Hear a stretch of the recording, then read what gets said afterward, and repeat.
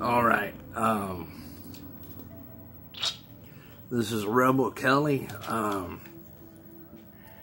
My buddy PJ, as most of y'all will know him and what the main purpose of the documentary is for, Just Incredible asked me to do a video for his DVD documentary about his wrestling career and sobriety and all that. And he asked me to record a video for him a few weeks ago, and I've been waiting for the right moment.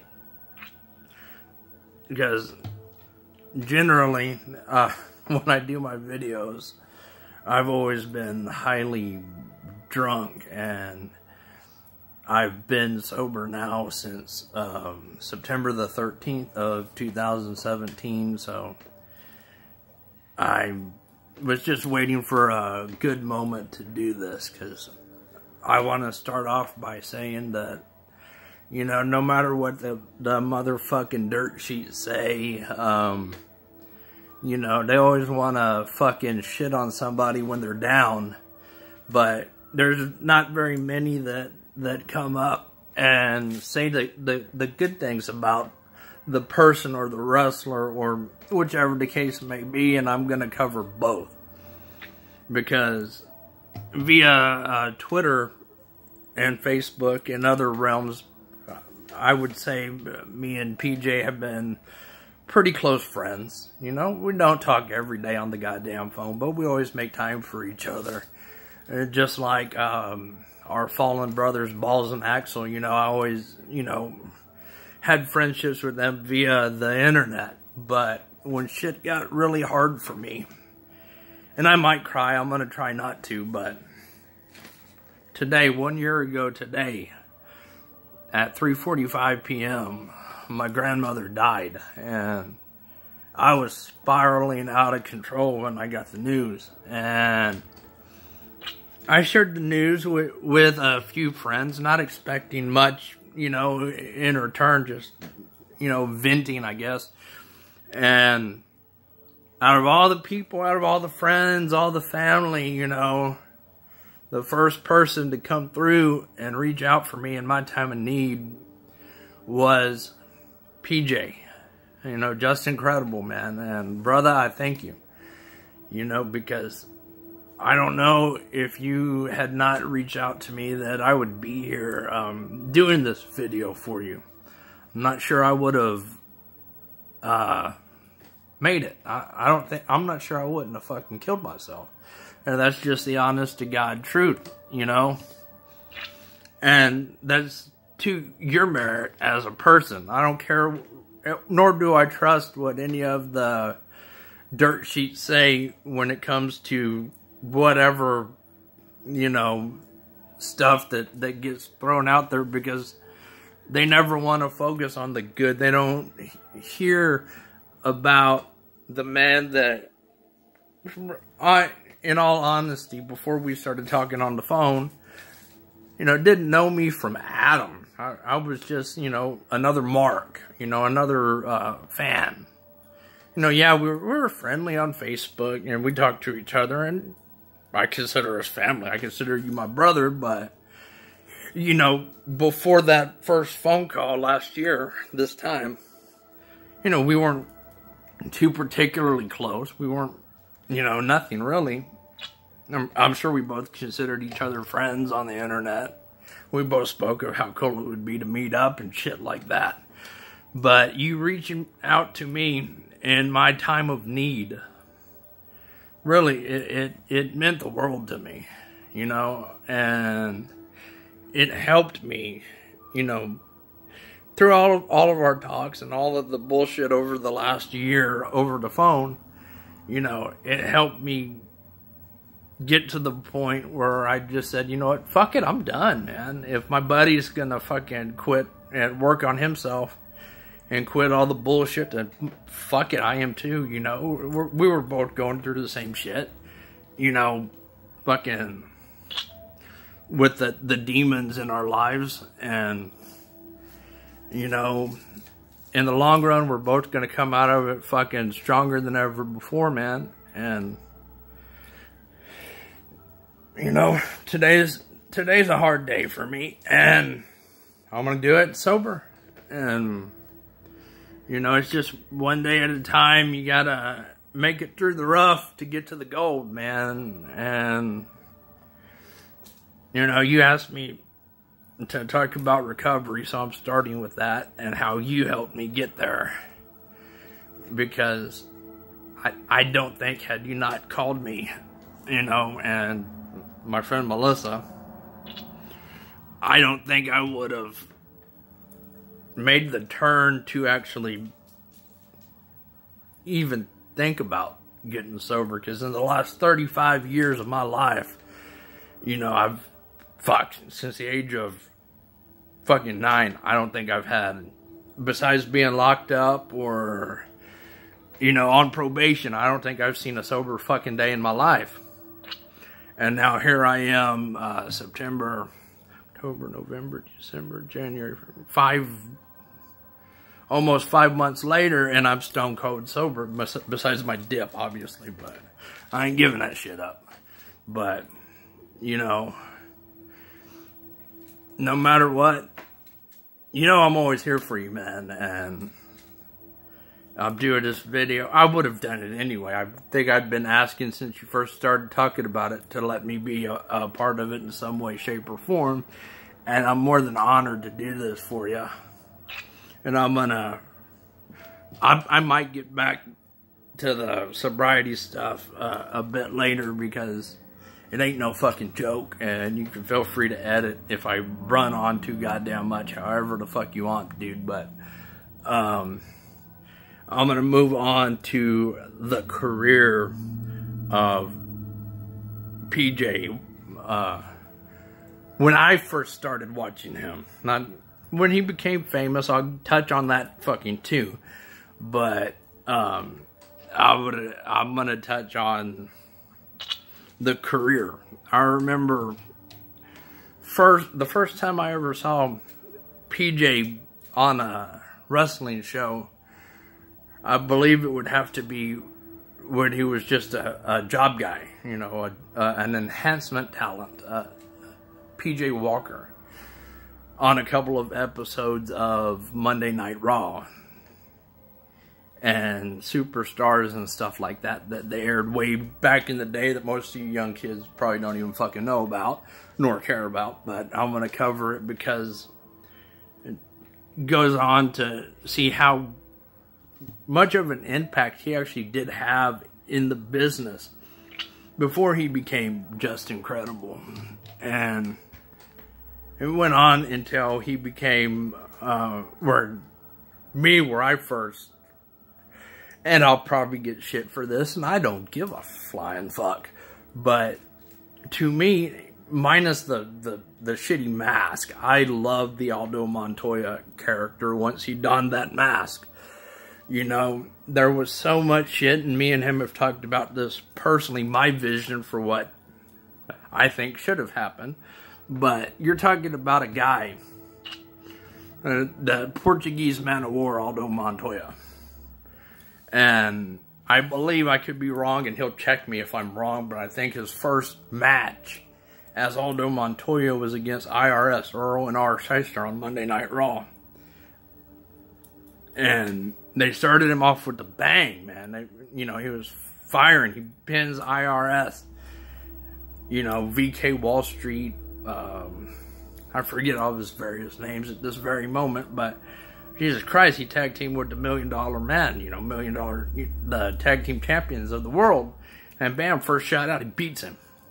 Boom. They raise it up, raise it up, raise it up. Ted DiBiase asked Aldo Montoya to join the $1 Million Corporation, and he turned him down, which to me as a kid, not fucking, I was fucking just a little fucking punk. I'm thinking, man, this dude's fucking money. You know, he turned down the $1 Million Man. This dude, fuck, no one does that shit. He's gonna be the next big fucking star. And you know, all looking through things through a rear view mirror, he should have been. That should have been a main event feud right there, or upper mid-card feud with Aldo Montoya facing every member of the $1 Million Corporation up until he got to Sid, who at the time was the main eventer of the group. And, you know, Ted would have had all of his henchmen, you know, going at PJ. And they ran that angle for a week or two, and it went to nowhere. And a lot sooner than it should have, you know, booking or whatever, the angle fizzled out. Anyone that has seen PJ as Just Incredible knows that he has what it takes to carry a roster. He carried the ECW banner on his arms when it was first forming into the TNN ECW TV show. And I don't know why. I'm not a booker. I'm not nobody. But I don't know why they didn't see that angle out. And I'm not privy of that knowledge, nor do I goddamn care. But the seeds were planted for him to be bigger and better. And from all my understanding, it was expected to do so. I know from various shoot interviews and various after magazines of the time, you know, he was sent off to fuck, I forget the company, goddammit. Wherever PG-13 was working at the time. And he joined them and became PG-187 and was being tuned up for a character much like the Just Incredible character to be on the main WWE roster. And he can correct me if I'm wrong. Not often, but I admit that sometimes, you know, hearsay is hearsay. But that he was supposed to have a more Stone Cold Steve Austin type character on WWF at the time, TV. And he would have basically, by my understanding, been doing the beer swilling type angle that Austin got. And more like the Just Incredible we later saw in ECW. And at some point or another, he asked for his release, which he was given with the restriction that he would not go to WCW and join the NWO. So he goes to ECW and teams with running buddy, I guess, former trainer Lance Storm, and creates the Impact Players. Still to this day, one of my favorite tag teams of all time. There could have been so much more done with that tag team had, and again, I'm not going to get into the rumors and all that. I'm just going to state the facts. Some of it might be torn in between because of my shit memory. Not on the facts, but mixing memory with dirt sheet and shoot interview shit that I've watched. But for whatever reason, bigger payday, whatever, Lance Storm chooses to go to the WCW, and PJ throws down the tag team titles, which should have been an epic feud between Lance and Just Incredible. But, and I don't remember if they had any against each other. As a matter of fact, he can correct me on that. But he goes on to be, and he might have been a joint champion at the time. But he becomes the ECW World Heavyweight Champion as Just Incredible. And on his dying legs, you know, he's the one there after all the bigger names, or the vast majority of the bigger names had left. Rob Van Dam broke his leg, and PJ's there carrying ECW, you know, and did a goddamn good job. His promos were fucking on fire, man. And, you know, we've talked about this and it's run around in my mind, you know, what would have happened had Vince not put that restriction on him of ECW rather than the WCW. And to me, I think, due to where he went and where he got and the politics in WCW, I think ECW was the better choice. Yes, he had all of his buddies there in WCW at the time, but like Kid, he would have been just fodder for the other stars, because fucking just about everyone in that company had guaranteed contracts. So I think it was best for him, and he got the world title, you know, from Tommy Dreamer, I believe. And he ran with it and showed everyone what he was worth. And then the little engine that could went out of business along with WCW, and he rejoined the WWF and started again. To me, what could have been a fucking awesome stable. X Factor with Albert and Kid. And I'm sorry I call him Kid. Most of y'all know him as X-Pac, but I'll always remember him as the 1, 2, 3 Kid. But him, Albert, and X-Pac had a pretty good tag team or stable or whatever you want to call it, the X Factor. I'll never forget his debut on WWF TV. I don't remember all the characters in it, but Kid's in there in a match, and bam. No, I don't remember if there was any entrance or anything, but PJ comes out, super kicks the opponent, bam, pop. Everyone fucking popped. You could discredit whatever you want, wrestling history or whatever, but that was a hell of a goddamn pop.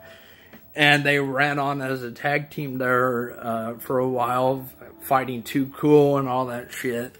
And then they added Albert to the mix, which, to me as a fan at the time, he was a bit too green at the time to have that spot. I personally would have given it to Lance Storm, but again, I'm not the fucking booker. And they were good, but it seemed like just around the time they added Albert to the stable, other bookings, selections came in the way, and they did the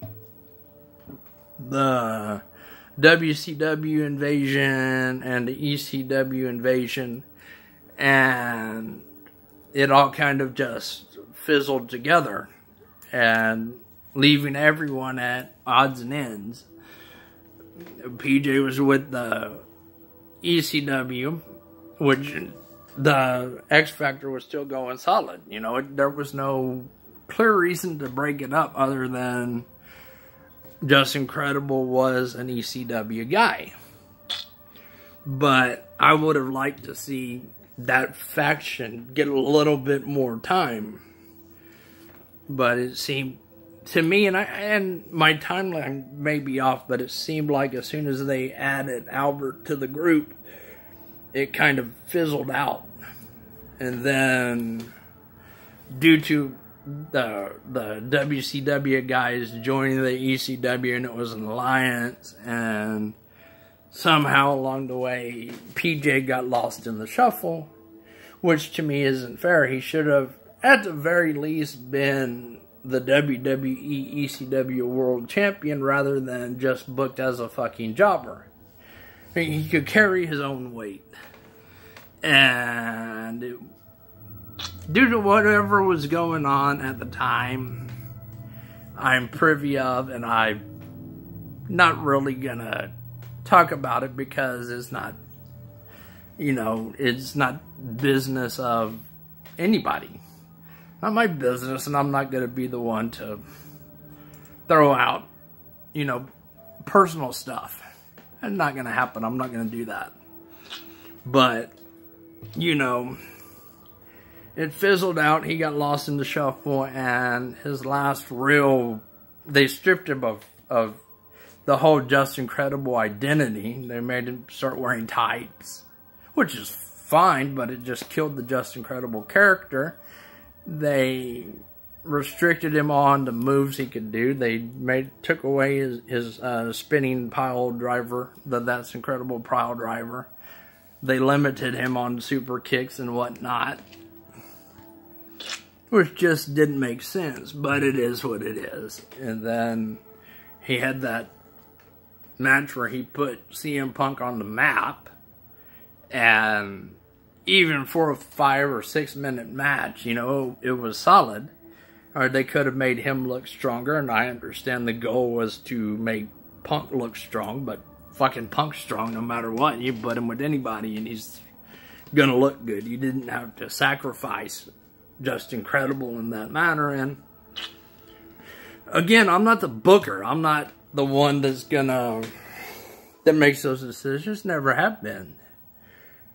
It would be a good gig. I would like to do it, but the way I talk, the verbiage I use, and all of that wouldn't necessarily work in a PG environment that it is today. It wasn't then, which is why I don't know why they made the decisions they made, but that's booking, and they do what they think is best. But they threw away a very capable wrestler and did nothing with him. Hope, you know, I'm sure he got paid well, but why not use someone that can go when you had a whole list of guys that couldn't lace his boots? It doesn't make sense, but that's WWE booking from time to time. Sometimes they hit it on the nose, sometimes they don't, and it is what it is. And then, you know, you get to when he jumped to XPW, and he has some good shit there, but it just was another ECW ripoff. And then, you know, he had some stints in Ring of Honor, which I would have loved to see flourish and do more of, but for whatever reason that didn't happen. But, I mean, shit, you got 20-something years I've been watching his career grow, and I'm glad to call him a brother, you know, a friend. Not too many people would reach out to a guy, and even if, you know, for 5 or 10 minutes, you know, just, hey man, you know, you okay? You know, how are things going? Hope is okay. And then we started talking, you know, more and more and more often on the phone. And, you know, it to me, not as a fan, you can fucking throw that away. I am a fan, but as a person, you know, it shows what type of man PJ is. Just to reach out to, yeah, and yeah, I said earlier, we've talked on and off for the last 5-6 years, you know, on Twitter and shit. But for that, not many people would just reach up and call somebody that's basically a stranger and check on them, you know. And I hope we maintain our friendship for years and years and years to come. And I am more than honored to do this video for PJ. For my friend, for my brother. And I'm glad that he's taken the necessary steps that I'm taking to get those demons and kick them in the motherfucking ass, man. We've lost too many brothers, you know. Fucking, it just popped up the other day on my time hop shit, reminded me of, which I wouldn't forget, but reminded me of Axel's death. And there's been a few times, you know, I'm not throwing a motherfucker under the bus, and I hope you know, PJ understands where I'm going with this, and I don't mean it in no disrespect. But there's been many times over the years where I don't want to lose another brother, man. Right? I've been, how do I say it? I've been lucky enough to call a lot of the boys friends, and I've lost many of those, you know. Losing Balls and Axel was just heart-wrenching, you know, because basically the same way I became, you know, close with PJ, the same way I got close with them. Not necessarily wrestling and all that, but talking about recovery and getting sober and music and sports and shit like that. Yeah, sometimes, you know, the wrestling business comes up, which was all wrestling fans, so it's going to come up, especially when you're talking with guys in the business. But